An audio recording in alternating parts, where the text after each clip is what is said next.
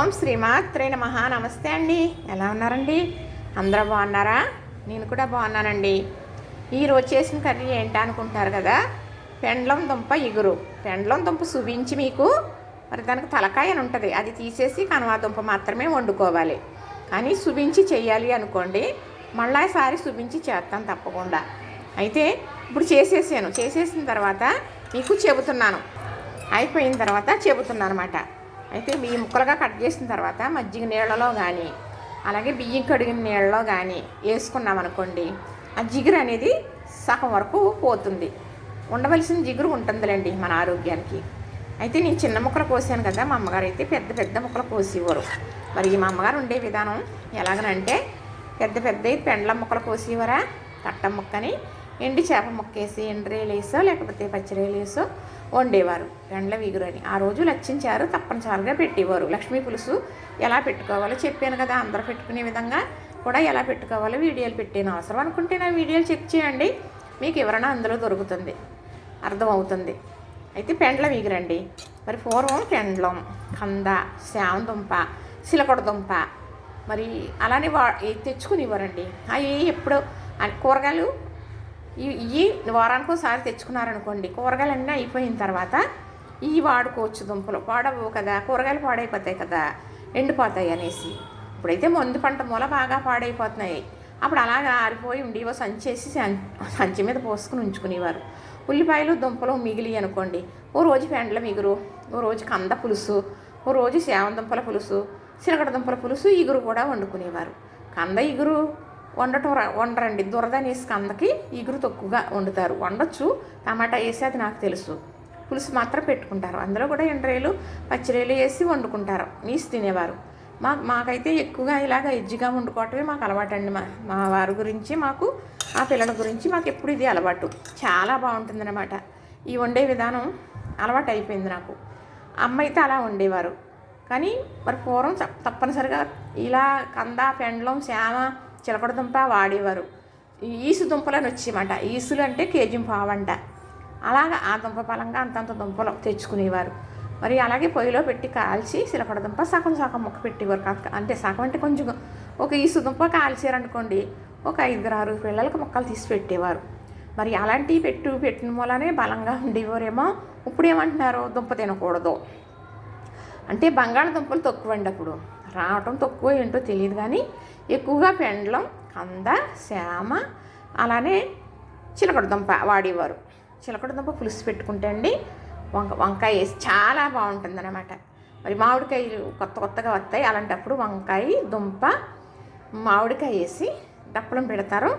అది ఇంకా చాలా అంటే చెప్పలేము. ఇంకా దుంప, వంకాయ, డప్పలం అంటారు. చాలా బాగుంటుంది. రకరకాలు చెప్పడం కాదండి, చేసి కూడా చూపించాను ఇంతకుముందు. వీడియోలు చెక్ చేస్తే లోపల ఉంటాయనుకోండి. అయితే నేను ఈరోజు పెండ్లం ఇగురు వండాను. చిన్న ముక్కలుగా కొయ్యమంటారు మా వారు, బాగా ఉడుకుతాయి అని. ఇలా బాగుంటుందండి, ఇది చాలా బాగుంటుందండి, పూసలలాగా. ఈ దుంప దగ్గర ఉన్నది పెండ్లం కూడా చాలా మంచిది, తినొచ్చు, ఏమీ పర్వాలేదు.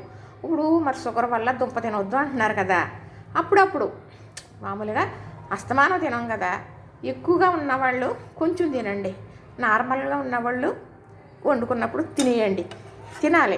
ఇలా వండుతూ ఉండాలి. మన ఇంట్లో పిల్లలు ఉన్నారనుకోండి, ఇది కంద, ఇది పెండ్లం, ఇవి కూడా తినాలని చెప్పాలి మనం. ఎందుకంటే ఇలాంటివి తింటేనే రేపొద్దున్న గర్భం అనేది బలపడి, ఇప్పుడు ఉందనుకోండి కంద ఉంటే గర్భానికి చాలా మంచి సహాయం చేస్తుంది. పీసీఓడి సమస్య పోవటం కానీ, పిల్లల కలగటానికి కానీ చాలా మనకి ఉపకారం అవుతుంది అన్నమాట. అందుకు నువ్వు పెళ్ళైన అమ్మాయి ఇంట్లో ఉంటే కంద ఎక్కువగా వండేవారంట పూర్వం, వండి పెట్టేవారు, గమ్ముని పిల్లలు పుట్టాలి అని. అయితే కంద అంత మంచిది. బంగాళదుంప మనకు వాతం అంటున్నాం, అప్పుడు బంగాళదుంపలు తక్కువ, కానీ ఇవన్నీ వచ్చి చక్కగా వండుకునేవారండి. మరి సంచి మీద పోసేసుకుని ఉంచుకుని కూరగాయలు అయిపోయిన తర్వాత మళ్ళా కూరగాయలు సంత వారానికి ఒకసారి కదా తెచ్చుకునేలాగా ఈ దుంపలో పులుసు అని, ఇలా కూరని ఏదో ఏంటంటే ఇప్పుడు చూడండి, ఓ పలా వేసుకుని గొప్పగా తింటున్నారు, కోడిని తెచ్చుకుని వేపేసుకుని తింటున్నారు. అంతకన్నా గొప్పగా ఇలా వండుకుని తినేవారు. అదే ఆరోగ్యం అయింది. ఇదేమో మరి నేను అన్నాను అనుకోండి బాగోదు, ఎందుకంటే అప్పుడప్పుడు నేను కూడా చేస్తాను, కానీ నిత్యం చేయించామండి. అప్పుడప్పుడు తినాలి, కానీ ఏదైనా అస్తమానం తినకూడదు, ఆరోగ్యం చెడిపోద్దని నేనే చెబుతాను. మరి చెప్పారు చేయలేదు అని అనుకుంటారు. చుట్టాలు వచ్చారనుకోండి చేయడం తప్పదు అని రోజు ఇదే పని కింద మనకి చేసుకుంటే మన ఆరోగ్యం మాత్రం చెడిపోతుందండి. ఏదైనా కూడా హితంగా తినకూడదు. ఇప్పుడు అదే లోహం ఆకుకూరలు కూడా తినొద్దని చెబుతారు.